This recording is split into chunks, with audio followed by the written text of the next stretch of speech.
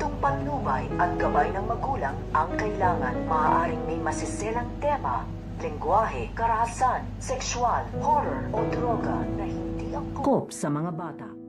Ito na nga ba ang mga magiging huling sandali nito nga si Darius?